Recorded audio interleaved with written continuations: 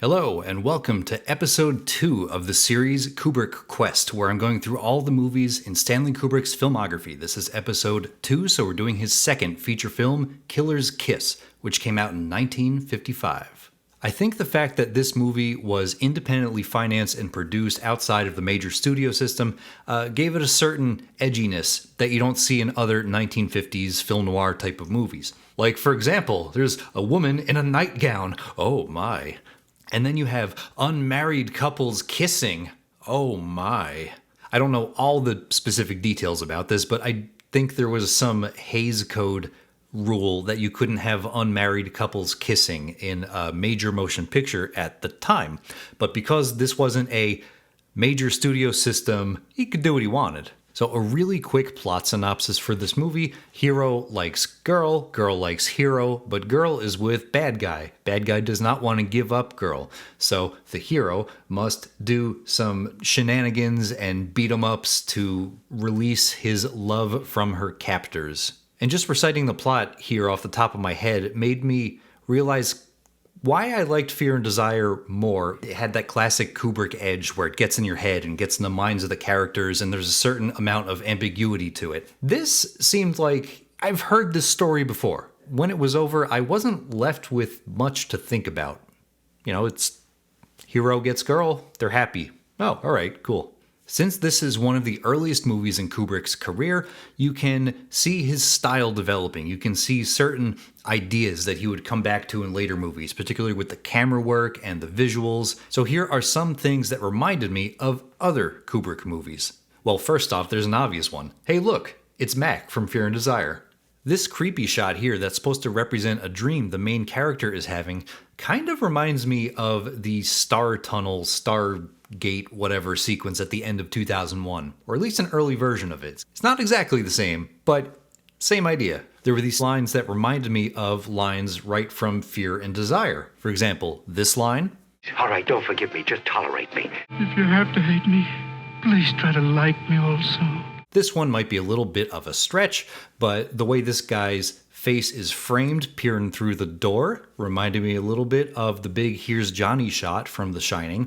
And also like The Shining, the final confrontation involves someone chasing someone around with an axe. Here are some things that I didn't like so much about the movie. Certain sequences, certain scenes I felt could have been tightened up a little bit. Yeah, I know that's just how movies were edited back then. Maybe it's just my own taste, but I didn't have that issue with the first movie, Fear and Desire.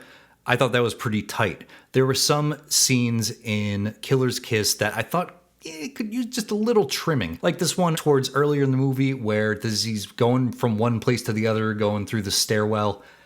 Like, I get it. He's going somewhere. Let's just show him getting there already. The voiceover that's reading this letter to the main character sounded kind of corny to me. Dear Davy, we wondered whether everything was still all right with you. Out here, everything's about the same. Last week, I finally bought Mr. Henderson's chestnut Arabian stallion. I thought the sound effects in the big boxing scene got repetitive and kind of annoying after a while. And I know they didn't have the giant digital libraries of sound effects that we do today, but come on.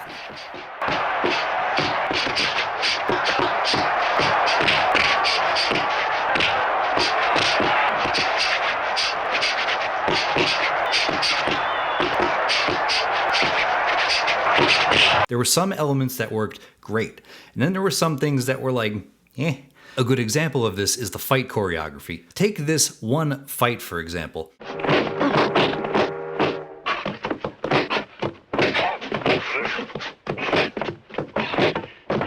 This is quick, it's tight, it's brutal. The way it's filmed, it works. It's just so tight. Like this could be something from a John Wick movie. And then you get a fight like this. It's acted and filmed in a way that it kind of looks goofy to me. I don't know. They look like these two people just fumbling around in this room.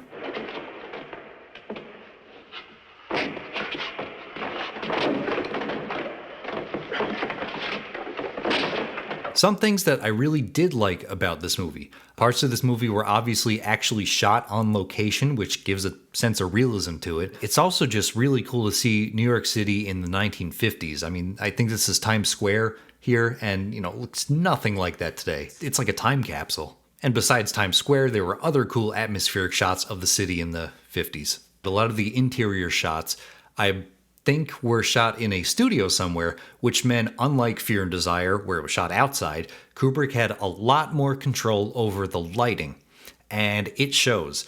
So not only is the lighting getting better, but you can see his camera work in general is getting better. You get some really well-framed, interesting shots like this, or like this one, or this shot's pretty cool too.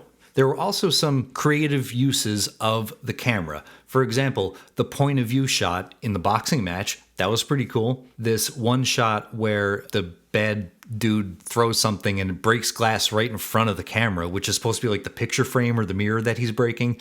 That was really cool. And there was this other shot where when the bad guys goons mistake this one dude for someone else and they go and beat him up or kill him or whatever, it's all done in silhouette. It's all done in shadow. Here's a few interesting things I learned in watching and researching this movie. The main female love interest in this movie, first time I saw it, I wasn't 100% sure what her job was. She's a dancer of some sort, but I was wondering, is she like a prostitute, or is this like some kind of erotic dancing, or what's going on? But then in reading the synopsis on Wikipedia, they called her a taxi dancer. I never heard that term before. I mean, I don't know much about dancing in general, and I found out that a taxi dancer, it's kind of an old-timey thing, but back when people went ballroom dancing like that for fun, taxi dancers were people who worked for the dancing location, and if you wanted to go dance and didn't have a partner, you could, pay $10, and for like an hour you get a dance partner. I don't know. They don't have much of those today, but it was interesting to me because that's something that, like, I've never heard of that before, and it's just culturally, it's just lost. Another interesting little tidbit is that this ballerina was actually Kubrick's wife at the time, named Ruth Sabatka.